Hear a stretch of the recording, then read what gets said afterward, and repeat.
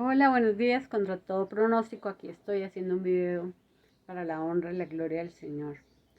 Eh, todo el libro cincelado por el maestro habla de la vida de Pedro. ¿Quién era Pedro? Era un discípulo de Jesús, era una persona muy cercana a Jesús, con muchas virtudes, era valiente, era echado para adelante, era amigo, y hay tantas cosas de las cuales podemos aprender de Pedro y hay otras tantas que no. Pedro dice la palabra que era una persona impulsiva, que es cercano a ser imprudente. Mm, También Pedro actuaba o hablaba sin pensar, se dejaba llevar y actuaba como, como cuando cortó la oreja del siervo Caifás, del sumo sacerdote, cuando iban a arrestar a Jesús. Y entre los pasajes más nombrados sobre Pedro, eh, nos cuenta el libro y la historia que la caída más fuerte de Pedro fue cuando negó a Jesús.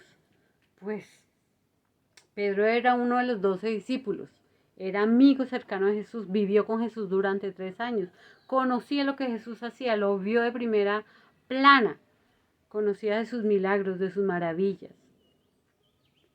Y a pesar de todo, Pedro le negó.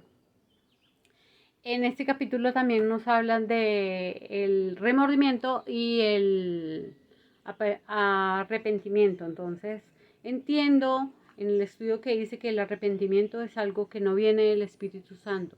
El arrepentimiento trae frustración, trae dolor, el remordimiento contricta el corazón, nos desanima, nos desmotiva, pero el arrepentimiento nos hace florecer. El arrepentimiento es, el sentimiento es el remordimiento es un sentimiento, pero el arrepentimiento es un acto, es un cambio.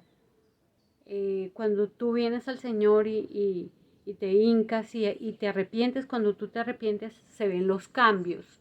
Quieres hacer un cambio en tu vida, mientras que el remordimiento solamente trae esa culpa, ese señalamiento en tu pensamiento de que algo hiciste mal. Entonces sí hay diferencia entre el remordimiento y en el arrepentimiento. Eh, Pedro, discípulo de Jesús, sintió tanto dolor en el remordimiento porque él creía que con sus actos él quería agradarle a Dios, como ayudar a Dios. Él creía que era muy indispensable para el Señor, pero el Señor a través de la palabra dice que nosotros debemos ser nada para Él, porque con nada que seamos, Él hace con nosotros. Solamente debemos disponer nuestra mente, nuestro corazón. Así como lo hizo conmigo, el Señor vino a restaurar la vida de Pedro después de que Pedro lo negó, porque el Señor conoce nuestras actuaciones, nuestro pecado, antes de que lo realicemos. El Señor nace, sale de la soberanía de Dios y aunque se duele en su corazón, es algo que tiene que pasar. Porque Dios utiliza muchos eventos en nuestra vida para enseñarnos acerca de la gracia, porque ahí es donde viene el amor y la misericordia del Señor. Y así como le sucedió al apóstol Pedro, todo, todo lo utiliza el Señor para bien, así que en su momento no lo entendamos. Dice la palabra que cuantas más veces caemos, más fuertes nos levantamos. Dice también en Proverbios que 7 veces cae el justo y 7 veces el Señor lo levanta. Entonces, así como con Pedro, el Señor vino a mí y me sacó de una vida de esclavitud, me sacó de una vida de amargura, como les he contado, de una vida de tristeza por muchos sucesos que estuvieron en mi vida y que para los ojos de Dios no estaban bien, no, nunca estuvieron bien, pero que hicieron parte del plan de Dios y formaron en mí esa persona que soy hoy. Cuántas más veces caemos, dice el estudio, que es más grande nuestra restauración.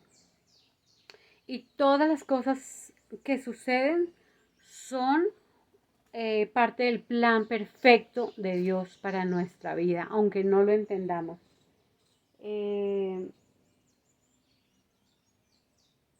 Espérenme un momentico. El Señor es el cirujano experto de nuestras almas. Dice el Señor en su palabra en Zacarías 4:6, no es en sus fuerzas, no es en tus fuerzas, Maribel, es con mi Santo Espíritu. Y a veces yo quiero, ahorita que conozco al Señor, avanzar, como tragarme todo lo que, procesarlo y empezar a actuar, pero ni por más que yo quiera, porque no es para mi gloria, es para la gloria del Señor, no puedo avanzar más de lo que Él quiera hacer conmigo. Debo disponerme, debo estudiar, debo leer la palabra, debo meterme en el Señor, porque siempre me sentí desechada, me sentí humillada, señalada por tantos sucesos que ocurrieron en mi vida y que ustedes ya los conocen. Pero gracias hoy le doy a Dios porque tengo un testimonio que contar.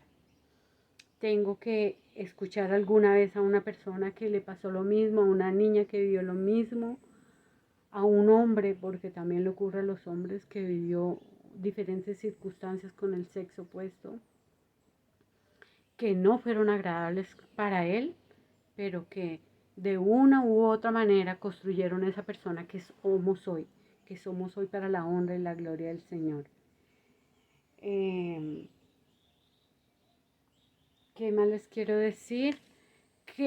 Bueno, otra cosa que aprendí en este capítulo es que hay un error humano que también trae remordimiento, que es el dolor y todo aquello que nos aqueja cuando pecamos, porque puede ser un error humano como cuando un técnico de aviación aprieta una tuerca en un fuselaje de un avión y lo hace mal por estar pensando en otra cosa, porque el remordimiento y el error humano viene por descuido, porque no estaba atento a lo que estaba haciendo, porque estaba pensando en sus problemas, por desmotivación, por falta de conocimiento. Entonces ahí viene el remordimiento que nos aqueja, digamos, por la falta de atención de este técnico en aviación.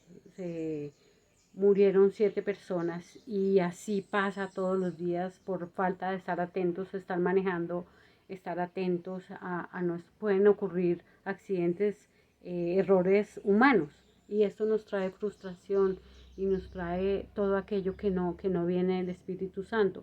Pero también hay un pecado que se llama pecado deliberado, se llama uno error humano y otro pecado deliberado, que es cuando tú actúas en tus fuerzas. Es cuando tú le fallas a papá con conocimiento de causa, cuando está interviniendo tu voluntad, cuando aún sabes que no debes hacer eso y lo haces porque te gana la tentación o porque te gana la fuerza de ese pecado. Pero dice la palabra que nada es más grande que el Espíritu Santo que Dios ha puesto en nosotros. Entonces, siempre tenemos en nuestras manos el poder de revocar cualquier situación que vayamos a realizar que daña el corazón de papá o que daña a otra persona y nos daña a nosotros mismos. Y por último hago esta reflexión, denme un segundito, porque nosotros tal vez no negamos a Jesús como cristianos, no nos atrevemos a negar a Jesús con nuestras palabras, pero sí con nuestras acciones. La manera como nos comportamos le dice a los demás que no le conocemos. Por eso, coloquemos la mirada en Dios y en todo aquello que nos acerca a conocerle, y no en las cosas del mundo. Recordemos que Pedro negó al Señor porque aún no conocía el propósito de Dios en su muerte, en ir a la cruz. Pedro no conocía que ese sacrificio del Señor lo iba a beneficiar, porque también lo incluía a él, como a usted y a mí y a cada uno de nosotros. Entonces, el Señor a través de todo este estudio me dice: sigue buscándome, Maribel, a todos nos dice, sigue buscando de mí, que yo tengo un plan precioso para ti. Entonces ese es el mensaje que me queda. Le doy la honra y la gloria al Señor porque me hizo una persona valiente para estar aquí frente a las cámaras y para enseñar esta palabra, porque la más instruida cuando uno lee o de la palabra, cuando uno presenta un estudio, es uno mismo. La honra y la gloria sea para el Señor. Dios les bendiga. Amén.